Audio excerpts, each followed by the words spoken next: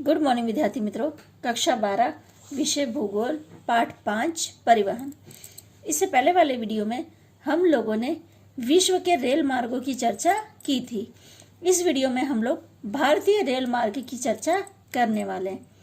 भारतीय रेल देश का सबसे बड़ा राष्ट्रीय संस्थान है। भारतीय रेल भारत की अर्थव्यवस्था के तमाम क्षेत्र जैसे कृषि, उद्योग, व्यापार, सेवा आदि के विकास के लिए परिवहन का मुख्य माध्यम है। कहने का अर्थ है कि व्यक्तियों की हेरफेर, इसके अलावा उद्योग के लिए कच्चा माल की हेरफेर या कोई सामग्री की हेरफेर के लिए रेलवे का उपयोग सबसे ज़्यादा किया जाता है। अभी जैसे मैं आपको उदाहरण बताऊं कि कहीं या किसी देश में चावल ज़्यादा होता है, किसी देश में गेहूं का उत्पादन अधिक होता है, तो वहाँ से देश के हर क्षेत्र में उस सामग्री को पहुँचाने की या उस अनाज को पहुँचाने के लिए रेल मार्ग का उपयोग अधिक सस्ता और सुगम माना जाता है और उपयोगी भी साबित हो रहा है। अभी उद्योग के लिए जो कच्चा माल है वो अगर गाड़ियों के द्वारा मंगाया जाए तो महंगा पड़ेगा, पर रेल मार्गों के जरिए मंगाने जाने पर वो साधन सस्ते में हम तक पहुंच सकता है या कंपनियों तक पहुंच सकता है। भारत में सर्वप्रथम रेलवे की शुरुआत 16 अप्रैल 1853 में मुंबई से थाने के बीच हुई। भारत में रेल मार्ग की कुल लंबाई 64,600 किलोमीटर है। इसके अलावा 7,133 रेलवे स्टेशन है। इससे हम ये कह सकते हैं कि रेल का विकास भारत में देखने मिल रहा है या अधिक विकास यहाँ पर हुआ है।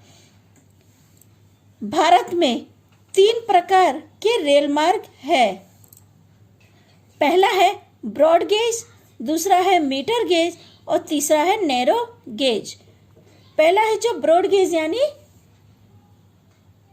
यहाँ पर 2 पटरियों के बीच की दूरी 1.676 मीटर होती है।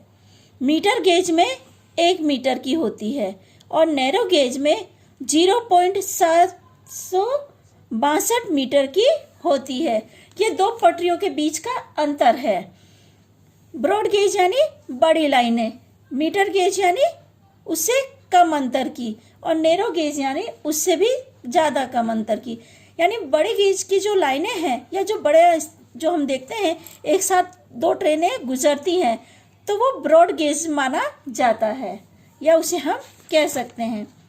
भारतीय रेलवे विभाग यात्रियों की सुविधा के लिए विविध प्रकार की ट्रेनें चलाता है। आज हमने देखा है कि कई अलग अलग प्रकार की ट्रेनें देखने को मिलती है। जैसे अभी कहीं वैकेशन, जैसे हमारा दिवाली का है या गर्मी का वैकेशन पड़ता है तो स्पेशल ट्रेनें चलाई जाती हैं।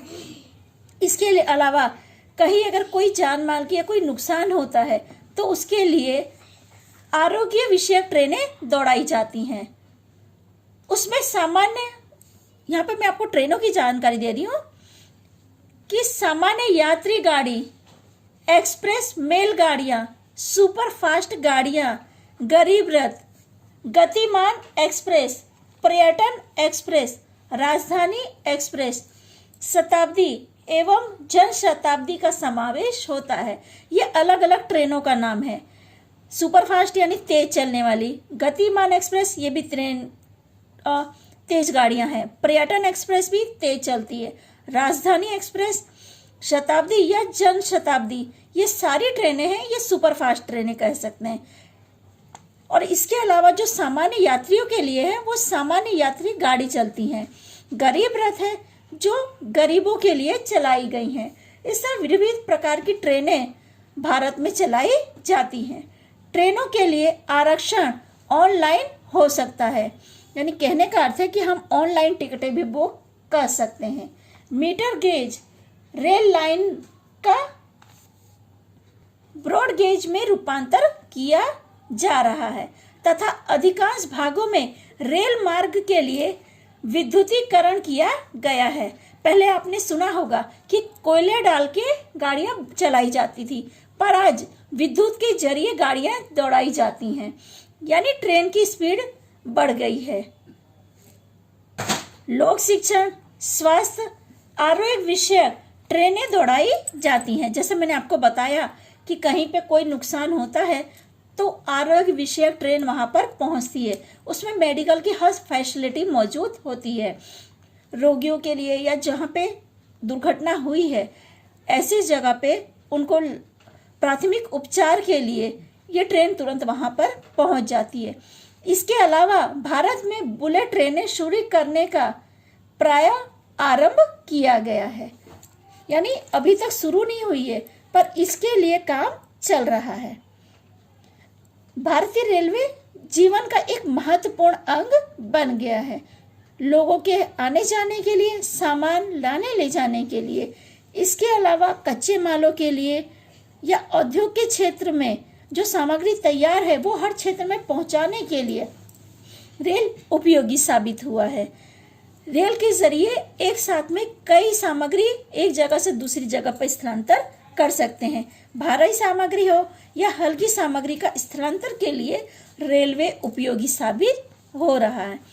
कई बार एक्स्ट्रा डब्बे जोड़ के भी सामग्रियों को एक जगह से दूसरी जगह पहुंचाने में मदद रूप होता है, या व्यक्तियों को एक जगह से दूसरी जगह जाने के लिए ये सुगम और सरल साधन है। इसके अलावा सस्ता भी है, जिससे क्या है, लोगों को एक जगह से उस दूसरी जगह स्थानांतर के लिए ज़्यादा पैसे की आवश्यकता नहीं होती। वो सस्ते में एक जगह से दूसरी जगह आ जा सकते हैं।